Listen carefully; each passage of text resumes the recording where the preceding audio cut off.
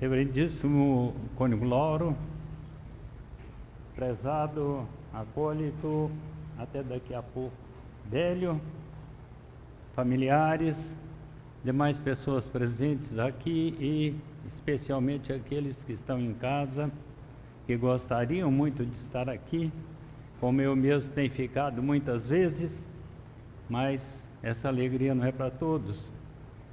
Mas felizes de nós que hoje estamos aqui para, neste primeiro dia deste tríduo preparatório para a ordenação diaconal do nosso irmão Délio, louvarmos e agradecermos a Deus, invocando também a ação do Espírito Santo sobre ele.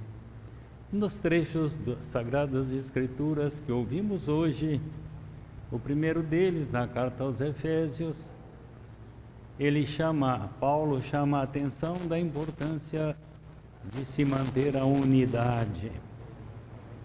Unidade que o próprio Jesus Cristo pregou, ensinou, mas que lamentavelmente o povo não seguia, como lamentavelmente ainda hoje não segue. E o Papa Francisco, nesses dias, voltou também a chamar a atenção da importância da unidade, que somos todos irmãos. Não tem razão de criarmos divisões, de criarmos separações, porque somos todos criaturas do Pai e assim devemos, aqui neste mundo, nos conduzir cuidando dessa natureza tão bela que Ele pôs à nossa disposição e lamentavelmente nos esquecemos e a exploramos, criando também condições adversas para a nossa própria vida. No Salmo, nós rezamos cantando aí o Salmo 22, 23, em que nos chama a atenção de como Deus é o pastor que nos conduz. É preciso que nós sejamos verdadeiras ovelhas no rebanho desse pastor, para que possamos assim viver na unidade, conforme o próprio Jesus nos pediu. E no Evangelho, nós ouvimos esse trecho pequeno, narrado por Marcos, daquele episódio, depois que Jesus advertiu os seus seguidores e a todos que o ouviam, da importância do bom relacionamento no matrimônio, pela durabilidade do matrimônio para a vida toda, contrário, portanto, à separação, ao divórcio, ao desquite. Eles então, meio desapontados, ainda repreendiam as crianças que eram levadas a Jesus. E Jesus então chamou-lhes a atenção que deixassem as crianças, porque delas era o reino dos céus. E Ele quer dizer com isso que nós devemos ser puros, simples, sem arrogâncias, sem grandes sonhos, sem grandes aspirações, receber e procurar viver a palavra de Deus nesta simplicidade da criança que não tem ódio, não alimenta o rancor, não tem ambições, não se vinga, não tem maldade. Assim, nos comportando puros e simples como elas, poderemos, seguindo Jesus Cristo, alcançar o prêmio da vida eterna. Para esse primeiro dia deste tríduo, o assunto que me toca falar um pouquinho aqui hoje é a respeito de um dos três grandes eixos que devem guiar a vida do diácono permanente. São três grandes eixos que nós somos chamados, como a maioria dos cristãos, cada um nas suas limitações, a fazer o seu trabalho. Não que nós, diáconos, sejamos superiores a todos os nossos irmãos, mas pelo fato de fazermos parte da hierarquia da igreja, nós recebemos o sacramento da ordem, no primeiro grau para o diácono. E assim, pela graça deste sacramento, nós somos então iluminados, encorajados, levados a viver mais intensamente toda essa missão de cristãos.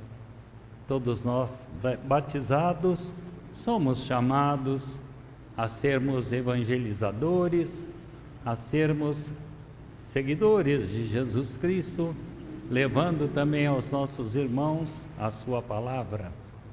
Mas especialmente por essa graça sacramental, nós diáconos somos então convocados a atuarmos nesses 3 grandes eixos. O primeiro deles, a palavra. O segundo, a liturgia. E o terceiro, a caridade. Então, no dia de hoje, vamos falar um pouco a respeito da palavra. Já no momento da nossa ordenação, o bispo ou o arcebispo que preside a ordenação, ele entrega a cada um dos ordinandos o livro dos evangelhos e diz o seguinte: receba o evangelho de Jesus Cristo, aqui de agora em diante você assume ser anunciador. E assim nós devemos conduzir a nossa vida, sempre anunciando a palavra de Deus. Obrigado. Anunciando então a todas as pessoas a palavra de Deus. Mas esse anúncio não deve ser somente, como estou aqui nesse momento, proclamando o Evangelho ou dirigindo a palavra dentro de uma assembleia, diante de uma celebração litúrgica, mas é a vida toda, principalmente para nós que somos diáconos, que fazemos parte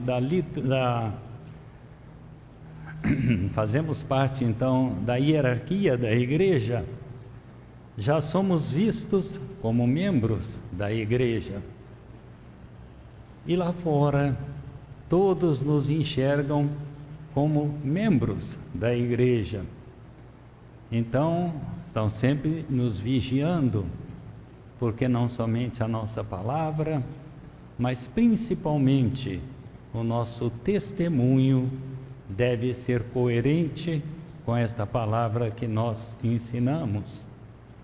E assim, para nós que somos casados, dentro da nossa família, todos que somos trabalhadores no nosso ambiente de trabalho, também no nosso ambiente de lazer, não deixamos de ser diáconos e representantes, de certa forma, da própria Igreja Católica Apostólica Romana.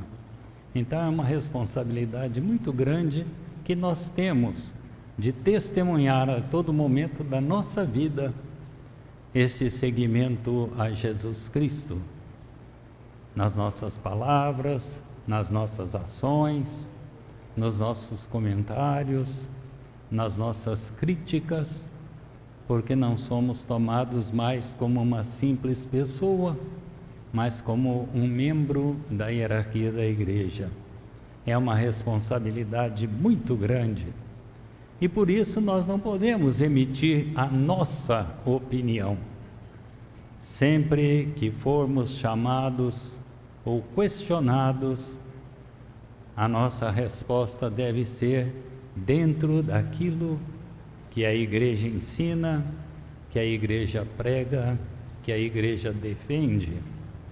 Assim, nós estaremos cumprindo uma parte desse nosso munus. Então é importante que nós estejamos sempre alertas, porque os percalços são muitos. Como a Jesus Cristo, eles sempre tinham armadilhas, questões duvidosas, provocativas. Muitas pessoas também assim nos interpelam.